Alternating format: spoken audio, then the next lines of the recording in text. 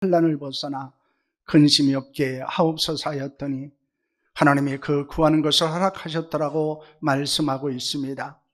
야베스의 간구처럼 하나님의 우리에게 복을 복에 더하는 역사가 나타나게 하시고 우리의 삶의 지경이 축복의 지경이 넓어지는 역사도 나타나게 하여 주옵소서.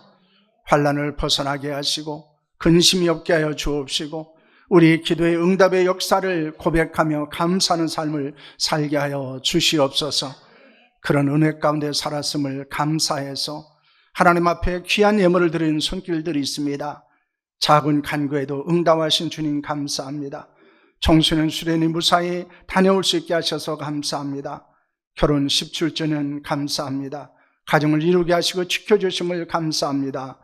몸 건강하기를 기도하며 초등학교 졸업하게 되심을 감사하며 청소년부 겨울연합 캠프를 은혜 중에 함께 하심을 감사하며 또한 햇소리의 촛돌 감사, 또 사랑하는 손자의 귀한 촛돌 감사를 하나님 앞에 드리는 손길도 있고 여러 가지 감사의 제목을 담아서 하나님 앞에 드리는 귀한 예물이 있습니다. 아버지 하나님 이 예물 가운데 함께하여 주시고 더 풍성한 감사, 충만한 감사가 넘쳐나는 삶을 살게 하여 주시옵소서. 작은 것에도 감사하게 하시고 큰 것에도 감사하시고 모든 일에 범사에 감사하는 믿음의 삶을 살게 하여 주시옵소서. 촬영헌금과 창업헌금과 선경을 하나님 앞에 드립니다. 하나님의 귀한 교회가 귀한 사명 감당하기에 부족함이 없도록 하나님께서 부으시고 하나님께서 복을 더하여 주시옵소서. 또한 하나님이 주신 물질을 통해서 하나님의 거룩한 교회가 더 많은 사람들에게 복음을 전하게 하시고 더 많은 영혼들을 품을 수 있는 큰 그릇이 될 수 있도록 하나님 앞에 쓰임받을 수 있는 깨끗한 그릇이 될 수 있도록 사랑하는 교회를 복도하여 주시옵소서. 아버지 하나님 앞에 11조 예물을 드립니다. 아버지는 단순한 물질이 아니라 우리의 신앙과 우리의 사랑과 우리의 헌신을 고백하는 물질이오니 아버지 하나님을 받으시옵소서. 그리고 하나님께서 약속하신 대로 언약하신 대로 귀한 예물 가운데 하나님의 크신 역사가 나타나게 하여 주시옵소서. 아버지 오늘도 하나님의 전에 나와야 하지만은 여러 가지 상황과 여건 때문에 나오지 못한 자들도 있습니다. 하나님의 병원에 입원하고 있는 김영순 권사님 기억하시고 하나님이여 주님께서 치료하심에 거룩한 은혜를 주시옵시고 강건케 하여 주시옵소서. 그 외에도 여러 가지 사정 가운데 나오지 못한 사람들에게 은총도 하여 주시고 하나님의 그들의 형편과 상황들이 하나님을 마음껏 예비하며 하나님께 영광 돌리기에 합당한 삶으로 변화되어질 수 있도록 역사하여 주시옵소서. 오늘도 주의 전을 발걸음하는 사랑하는 자들이 있습니다. 이들의 걸음이 복되게 하여 주시고 성전들만 밟고 돌아가는 자들이 아니라 그 10년 안에 하나님의 은혜의 충만함을 경험하게 하여 주시옵소서. 예수님의 이름으로 기도하옵나이다. 아멘. 할렐루야. 우리 옆에 분하고 한번 인사하겠습니다. 축복합니다. 사랑합니다. 축복합니다. 사랑합니다. 지난 2025년 주일에는 이제 저희들이 사도 요한이 기록한 요한복음과 그리고 요한계시록에 대해서 저희들이 1년 동안 말씀을 나누려고 생각을 하고 있습니다. 여러분 혹시 지난 주일에 말씀을 여러분 기억하고 있습니까?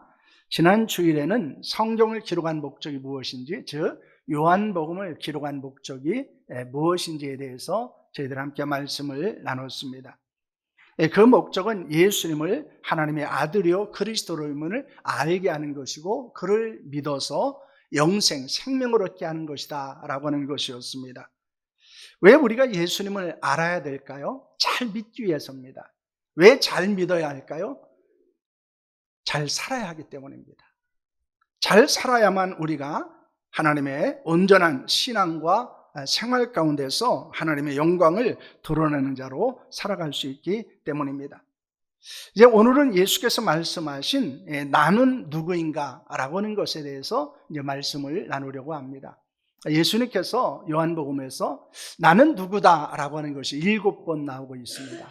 그 중에 오늘은 나는 생명의 떡이다 라고 하는 말씀에 대해서 함께 은혜를 나누려고 합니다. 그런데 예수님께서 나는 생명의 떡이다 라고 하는 말씀을 고백하기 전에 어떤 일이 있었습니까? 그 말씀의 배경은 오병이어의 표적을 배경으로 가지고 있습니다.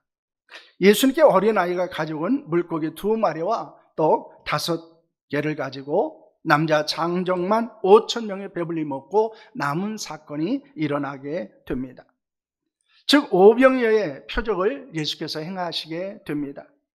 그런데 이 표적이라고 하는 것은 단순한 것이 아니고 예수님이 그리스도라는 것을 증거하고 증명하는 것입니다. 그래서 이것을 가리켜서 계시적 사건이다 이렇게 이야기합니다. 그러니까 성경에 나타난 표적은 단순히 어떤 병을 고쳤다, 어떤 문제가 해결되었다라고 하는 것이 아니고 그것을 통해서 예수님께서는 내가 그리스도 구원자라는 것을 사람들에게 증거하는 것이고 그 구원자라는 사실을 증명하는 것이다 라고 하는 것입니다.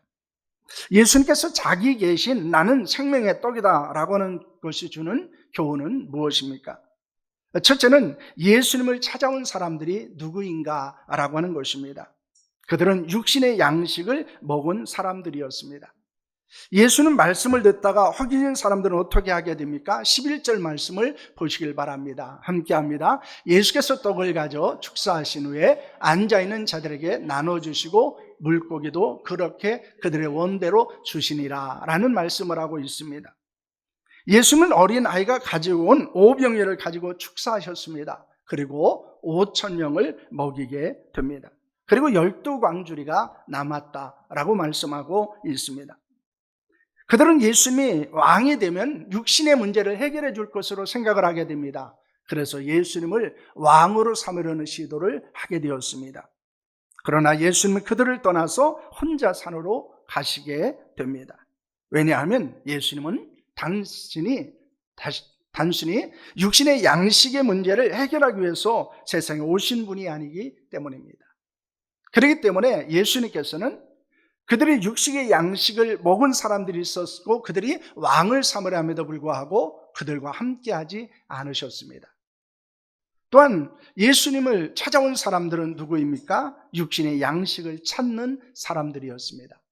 요한복음 6장 26절 말씀을 보시길 바랍니다. 함께합니다. 예수께서 대답하여 이르시되 내가 진실로 진실로 너에게 이르노니 너희가 나를 찾는 것은 표적을 본 까닭이 아니요 떡을 먹고 배부른 까닭이로다 라는 말씀을 하고 있습니다. 예수님께서 행하신 표적을 믿고 찾은 것이 아니다 라고 말씀합니다. 그들이 예수님을 왕 삼으려 했을 때 예수님은 그들을 떠나서 한적한 곳으로 가셨습니다. 그러자 사람들이 예수님을 찾아오게 되었습니다. 그들을 향해서 예수님께서 하신 말씀은 무엇입니까? 너희가 표적을 보고 나를 찾아온 것이 아니다 라고 말합니다. 즉 너희들이 나를 그리스도라는 사실을 믿고 찾아온 것이 아니다 라는 것입니다. 그들이 예수님을 찾아온 것은 무엇 때문이었습니까? 육신의 양식을 찾기 위해서 예수님을 찾아오게 되었다는 것입니다. 이들의 모습 속에서 우리는 예수님을 통해서 현세적이고 물질적인 유익을 추구하는 그리스도인들의 모습을 보여주고 있기도 합니다. 세상에 썩어질 것이 아니라 영원한 것에 소망을 두고 살아함에도 불구하고 우리는 그렇게 살지 않고 있다는 사실을 발견하게 됩니다. 여러분 어떻습니까? 여러분 무엇을 위해서 예수님을 찾고 있고 무엇을 위해서 여러분은 기도하고 있습니까? 우리는 육신에 속한 것, 땅에 속한 것이 아니고 하늘에 속한 것을 찾기 위해서 예수님을 찾아야 합니다.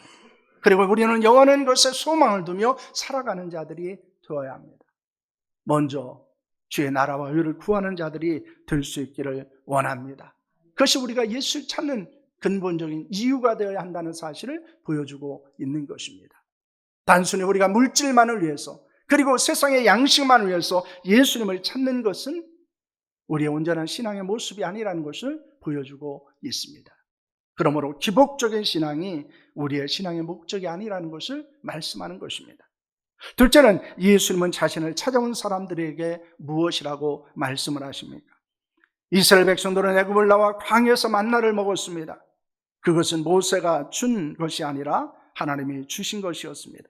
그 떡을 먹었지만은 시간이 지나면 배가 고프게 되고 목이 마르게 되었습니다.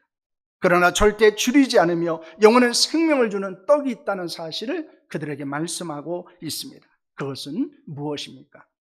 6장 35절 말씀입니다. 함께합니다. 예수께서 이르시되 나는 생명의 떡이니 내게 오는 자는 결코 줄이지 아니할 터요 나를 믿는 자는 영원히 목마르지 아니하리라 는 말씀을 합니다. 48절 말씀을 보시면 내가 곧 생명의 떡이니라 라는 말씀을 하고 있습니다.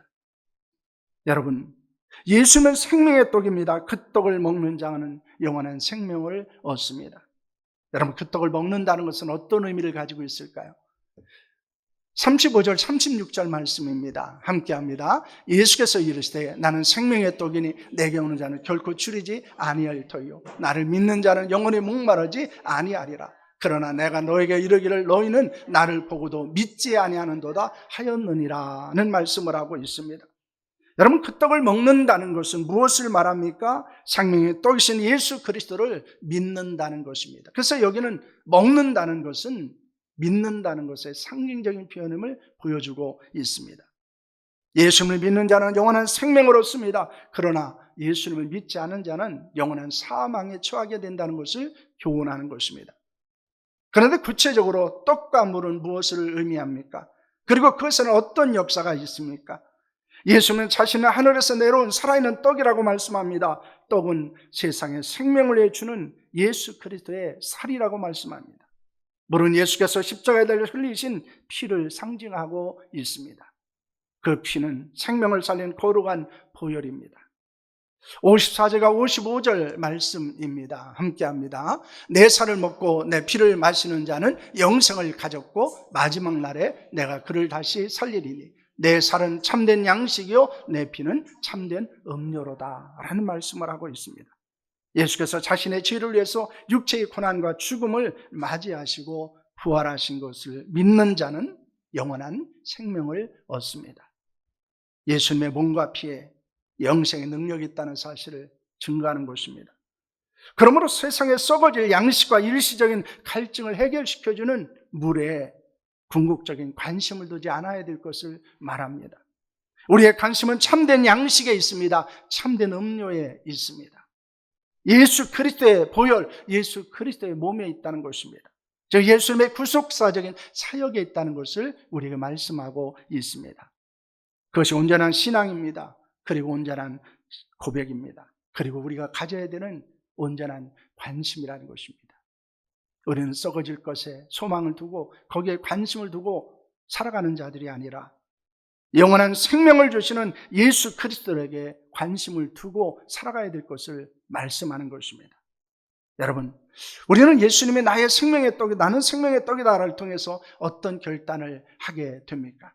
첫째는 떡 때문에 예수님을 찾지 말라는 것입니다. 26절 말씀입니다. 함께합니다. 예수께서 대답하여 이르시되 내가 진실로 진실로 너에게 이르노니 너희가 나를 찾는 것은 표적을 본 까닭이 아니요 떡을 먹고 배부른 까닭이로다 라는 말씀을 합니다. 떡을 먹는 문제는 우리에게 있어서는 매우 현실적인 문제입니다.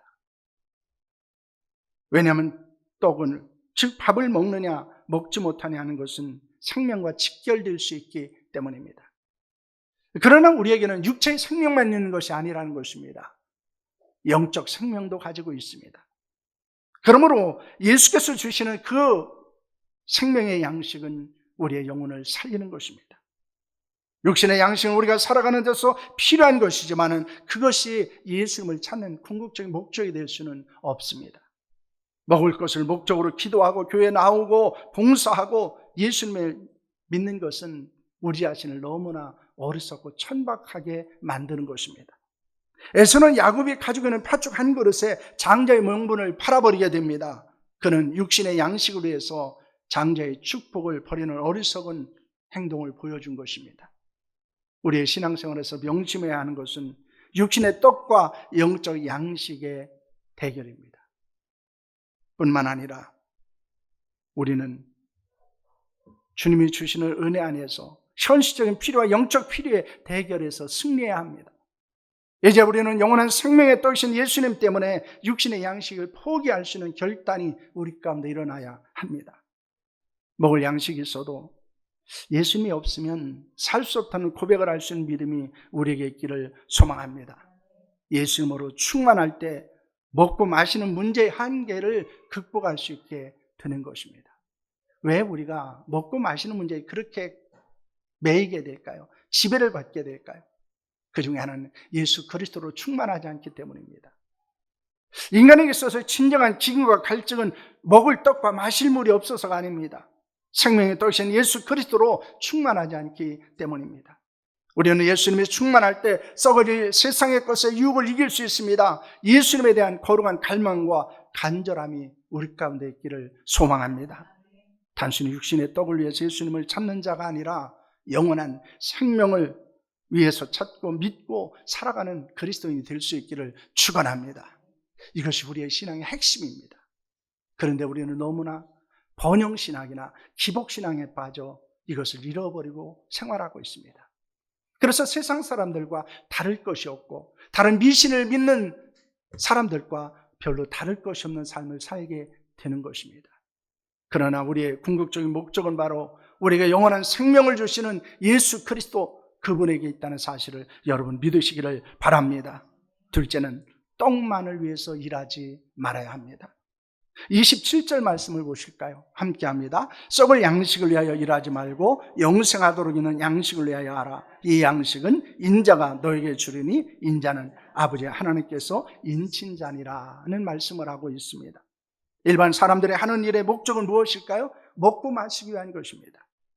그들의 직장 생활하는 목적은 어디에 있습니까? 내 생활에 필요한 것을 얻는 데 있다는 것입니다. 그들은 육신의 양식을 위해서 일합니다. 그런데 떡을 위해 일하고 배불리 먹으면 행복할 것 같은데 그렇지 않아요. 오히려 만족할 수 없고, 그리고 배가 부르면 부를수록 영혼의 곤고와 기근이 찾아오게 된다는 것입니다. 그리스도인은 먹을 양식을 위해서 일하는 것이 근본적인 목적이 아닙니다. 우리가 직장 생활하는 근본적인 목적은 먹고 마실 수 있는 것을 얻기 위한 것이 아니라는 것입니다. 썩을 양식을 위해서 일하는 것이 아니고 영생하도록 하는 양식을 위해서 일하는 것입니다. 그곳에서도 하나님의 일을 해야 한다는 것입니다. 학생은 학교에서, 그리고 직장은 직장에서 우리는 단순히 우리가 먹고 마실 것을 얻는 것으로 마치지 말고 그곳에서 하나님의 일을 하는 자들이 되어야 합니다. 즉 그곳이 선교의 장이 되어야 한다는 사실을 보여주고 있습니다. 여러분, 그것이 하나님의 일을 하는 것입니다. 그렇다면 하나님의 일은 무엇일까요? 28절과 29절 말씀입니다. 함께합니다. 그들의 묻되 우리가 어떻게 하여야 하나님의 일을 하오리까? 예수께서 대답하여 이르시되 하나님께서 보내신 일을 믿는 것이 하나님의 일이니라 하시니 라는 말씀을 하고 있습니다. 우리가 하나님의 일을 하는 것을 목적으로 삼아야 하는데 그 일은 하나님께서 보내신 예수 그리스도를 믿는 것입니다. 즉 예수님을 하나님의 아들이요 그리스도를 믿는 것입니다. 예수님을 온전히 믿는 것, 진실하고 신실하게 믿는 것입니다. 그것이 하나님의 일의 시작입니다. 그리고 그로부터 더 큰 하나님의 일을 감당하게 됩니다.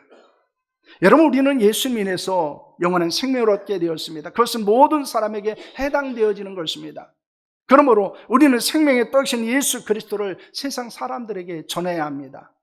종종 맛있는 음식을 먹게 되면 어떤 생각을 하게 됩니까? 제가 종종 아내에게 누구하고 어디 가서 맛있는 거 먹었다고 그러면 꼭 하는 이야기가 있습니다. 그럼 왜 안 데려가냐고 그럽니다. 그렇습니다. 우리가 무엇인가를 맛있는 거 먹게 되면 우리는 사랑하는 사람의 생각이 나거나 가족이나 친척, 친지들과 이 음식을 함께 나눴으면 하는 생각을 하게 됩니다. 그 맛있는 음식을 자랑하고 먹을 기회를 만들기도 합니다. 여러분, 생명의 떡이신 예수님은 육신의 음식과 비교할 수 없는 가치가 있는 분이십니다. 왜냐하면 육신의 음식은 잠시 우리의 입을 즐겁게 하지만은, 그리고 배부르게 하지만은 생명의 떡이신 예수님은 우리에게 영원한 생명과 기쁨과 평안을 주시는 분이기 때문입니다. 여러분, 예수님이 생명의 떡인 것을 믿습니까?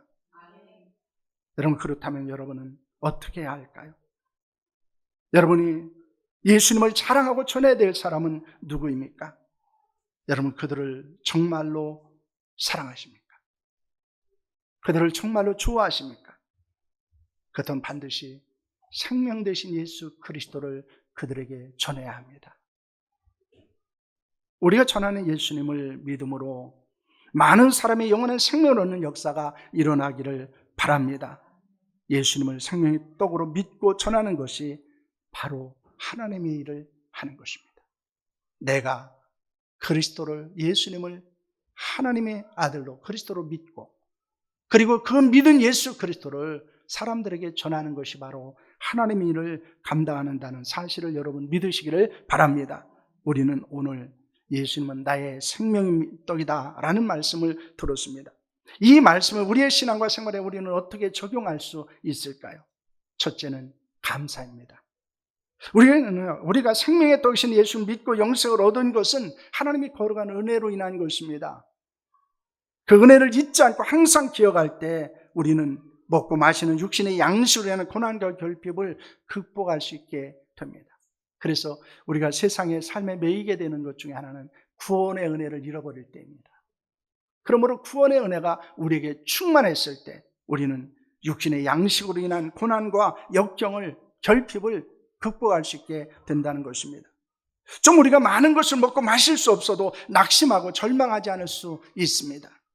우리에게 가장 큰 풍요와 만족은 예수님을 그리스도를 믿고 영원한 생명을 얻었다는 것에 있습니다.